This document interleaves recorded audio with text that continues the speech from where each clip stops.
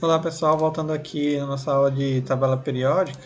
Na outra aula a gente falou alguns momentos históricos e algumas possíveis classificações que aconteceram na nossa história. E a gente parou falando aqui das hipóteses do Meyer e do Mendeleev, né?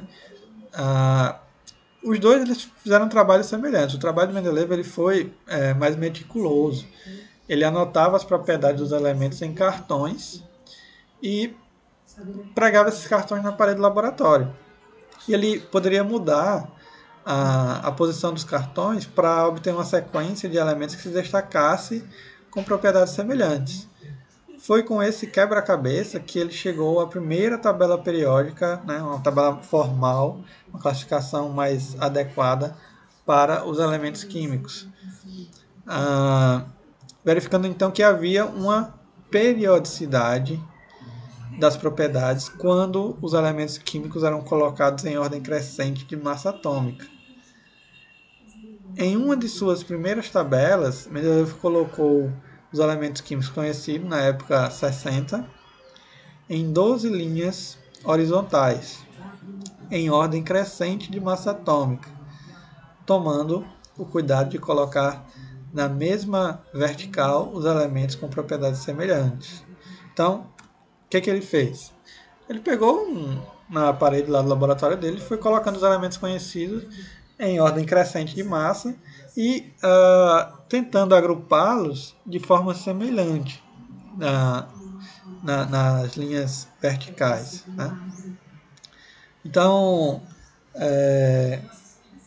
fazendo isso, ele poderia pegar, por exemplo, um elemento que está aqui e mudar ele de lugar, por exemplo, se ele achasse uma propriedade semelhante em outro quadro. E o ponto mais interessante e o mais ousado com relação à classificação do Mendeleev foi que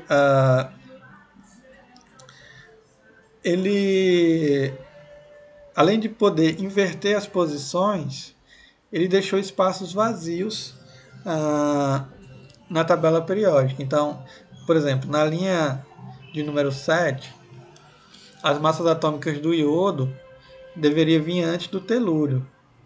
No entanto, Mendeleev ele não respeitou essa característica seguindo o seu próprio critério e acabou invertendo as posições desses elementos, de modo que o iodo viesse a ficar embaixo, né, na mesma coluna dos elementos com propriedades semelhantes, que eram o cloro e o bromo, certo?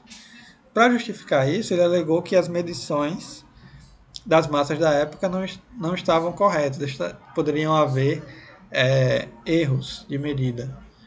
Outro ponto foi essa questão que eu falei das casas vazias.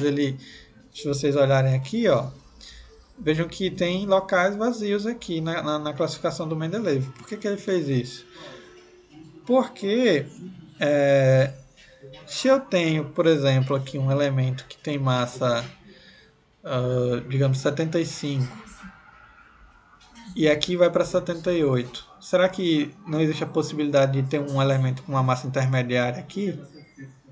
O Meyer ele acabou não pensando nisso, mas o Mendeleev teve essa ideia e por conta disso ele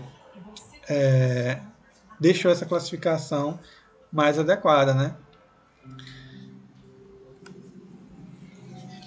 Mendeleev foi além, ele conseguiu prever com grande precisão as propriedades do escândio e do germânio alguns anos antes desses elementos serem descobertos. Então, por exemplo, previsão de Mendeleev, massa atômica 72, dados atuais 72,6, cor igual, densidade bem parecida, vejam, fórmula muito igual, né? E a densidade do óxido também bem semelhante. Então, mesmo sem as medições que a gente tem hoje, ele conseguiu prever de forma bastante adequada essas características de alguns elementos, né? Além de ser mais completa que a tabela de Mendeleev, a classificação periódica moderna ela apresenta os elementos químicos dispostos em ordem crescente de número atômico. Veja que Mendeleev ele classificava em massa atômica, só que agora a gente classifica em número atômico, certo? De fato, em 1913, o Moseley ele estabeleceu o conceito de número atômico, verificando que esse valor caracterizava melhor os elementos químicos do que a massa atômica. Porque a massa atômica ela pode variar, por exemplo, se eu tenho isótopos. Por exemplo, se eu tenho isótopos, eu tenho massas diferentes, mas é o mesmo elemento químico. Já o número atômico, ele não. Cada elemento químico tem o mesmo número atômico. Mesmo sendo isótopos, só vai variar a massa, como a gente viu aí numa outra aula passada, né? A partir daí, a lei da periodicidade ganhou um novo enunciado. Muitas propriedades físicas e químicas dos elementos variam periodicamente na sequência de seus números atômicos. Atualmente, a apresentação mais comum da classificação periódica mostra um elemento ocupando um quadrinho ou casa da tabela periódica. Então, essa aqui é a tabela periódica mais atual, né? A última atualização dela foi no ano passado, 2019, e se vocês observarem, ela tem 118 elementos, certo?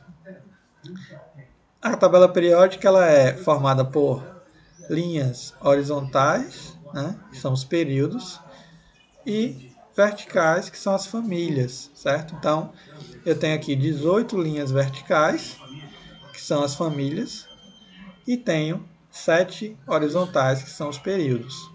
Então, eu tenho 7 períodos, 18 famílias, certo? Esses elementos que estão aqui destacados em verde e os elementos que estão aqui em amarelo, nós chamamos de elementos representativos. Os elementos que estão aqui nessa cor meio avermelhada, eles são chamados elementos de transição. E esses elementos que estão aqui em azul na parte de baixo, que eles seriam inseridos aqui nessa posição e nessa, respectivamente, nós chamamos de elementos de transição interna, certo? Então, cada elemento aqui, ó, nós temos, por exemplo, aqui nós temos o número atômico aqui em cima do hélio, ó, o nome e a massa atômica dele, certo? Então, o que está aqui em cima é o número atômico. Então, veja que a gente está classificando aqui, ó, 1, 2, 3, 4, seguindo essa ordem, ó, da esquerda para a direita e de cima para baixo. A gente vai classificando os elementos ao longo da tabela. Vejam que nós temos muitos elementos que são conhecidos desde a antiguidade. Por exemplo, aqui, ó, ouro, platina, prata, ferro, oxigênio, né, carbono, hidrogênio. Então, muitos dos elementos são conhecidos desde a era antiga. Os elementos maiores daqui e alguns aqui são elementos artificiais, são elementos que foram sintetizados no laboratório.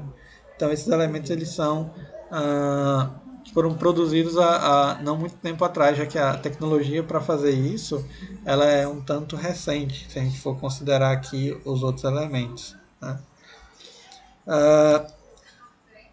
Tem algumas outras versões da tabela, um pouco mais antigas também. Vejo que aqui eu só tenho até o 111, mas se a gente olhar aqui, ó, até o 118, eu já tenho esses elementos aqui sintetizados. Mas algumas delas, se você olhar aqui do canto direito de cada quadrinho, eu tenho a distribuição eletrônica desses elementos, vejam.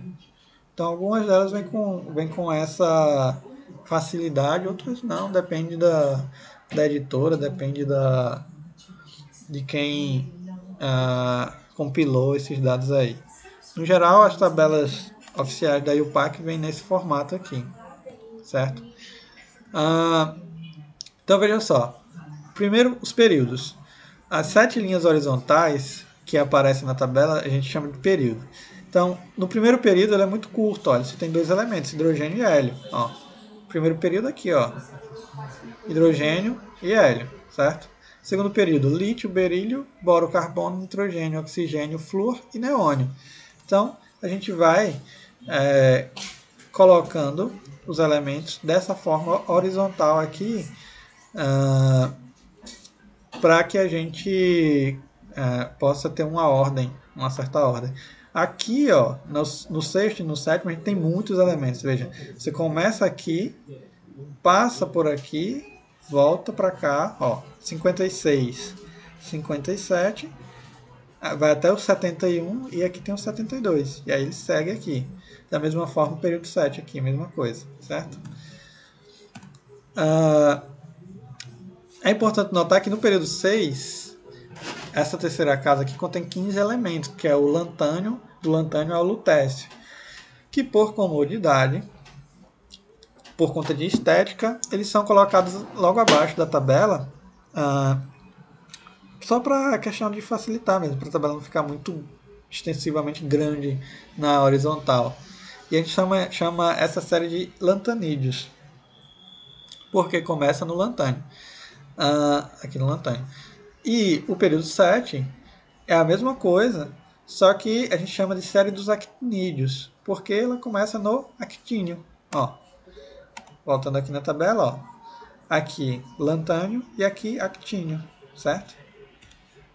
Todo livro de química vem com uma tabela periódica para consulta, certo? No caso das famílias, aí nós temos 18 famílias e nós dividimos elas nos elementos representativos e nos elementos de transição. Então, por exemplo, família 1A, a primeira família, aqui, ó, família 1A, a gente chama de metais alcalinos. Esse alcalinos vem do árabe alcali, que significa cinza de plantas. Então nós temos aí lítio, sódio, potássio, rubídio, césio e frâncio. Se vocês observarem, tem um hidrogênio aqui, ó, né, na tabela. O hidrogênio ele não faz parte de nenhuma família, porque ele não tem as características dessa família exclusivamente. Ele pode ser metal e pode ser não metal, depende de com quem ele está ligado e como ele é ligado. Então ele não é classificado em uma família. Algumas tabelas colocam ele aqui no meio, para destacar que ele não está classificado aqui na família 1A, mas outras colocam aqui, mas não tem problema. Vejam que a cor dele aqui está diferente, né? A segunda família a gente chama de metais alcalinos terrosos. É bom que vocês lembrem desses nomes, ó. Metais alcalinos, família 1A, metais alcalinos terrosos, família 2A. A gente só dá nome aos metais, aos elementos representativos, certo? Então veja, ó, representativo 2A. Aqui é a série B, os elementos de transição. A gente não vai dar nome a essas colunas aqui. A gente vai passar aqui para o 3A, ou a família 13, e seguir aqui. Então, ó, 3A, o 3A a gente chama de família do boro. O 6A, o 4A quer dizer, a gente chama de família do carbono. O 5A a gente chama de família do nitrogênio. Aí a partir do 6A, que é o oxigênio, a gente chama de calcogênios, certo? Que são formadores de cobre, pois o minério de cobre contém oxigênio e enxofre. A família 7A, que é o flúor, cloro, bromo, iodo e astato, nós chamamos de halogênios. Todos esses elementos aqui da família 7A. E a família 8A, começando do hélio até o radônio, hélio, neônio, argônio, criptônio, xenônio e radônio, a gente chama de gases nobres ou raros ou inertes, certo? Então, é bom que vocês lembrem os nomes desses principais grupos aqui, dessas principais famílias da tabela periódica, né? Lembrando que a 3, a 4 e a 5 tem os nomes referentes aos respectivos primeiros elementos de cada família, certo? E os demais têm esses nomes particulares aí, ok? Na próxima aula a gente vai tratar das características de alguns metais, de algumas famílias, por exemplo, só para a gente, os metais alcalinos, todos esses metais aqui têm, têm algumas características específicas e tudo mais. Então na próxima aula a gente vai tratar isso com detalhes. E por enquanto a gente para por aqui e volta na próxima aula, ok? Então por hoje é só.